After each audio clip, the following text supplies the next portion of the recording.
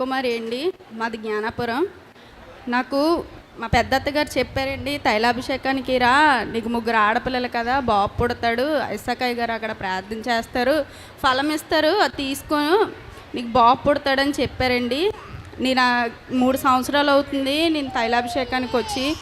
ముందు బాబు అండి చనిపోయాడు, తర్వాత మళ్ళీ కన్సీవ్ అయ్యానండి. కన్సీవ్ అయిన తర్వాత నేను మళ్ళీ ఇస్సాకాయ గారి దగ్గరికి వచ్చానండి. పాస్టర్ గారు నాకు అరటిపండు ఇచ్చారండి, ప్రార్థన చేసి నీకు బాబు పుడతాడమ్మా, నువ్వు వెళ్ళు, భయపడద్దు, ఏడవద్దు, ఎందుకు ఏడుస్తున్నావు అనేసి అన్నారండి నన్ను.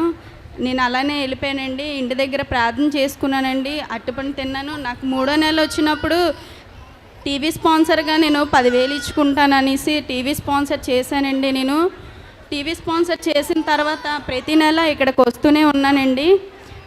9 నెలల వరకు నేను ఇక్కడికి వస్తూనే ఉన్నానండి. నాకు బాబు పుట్టాడండి.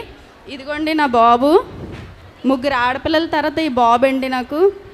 బాబు పేరు దైవాంకిత్ అండి. ఈ సాక్ష్యం దేవుడు దీవించిన గాకండి.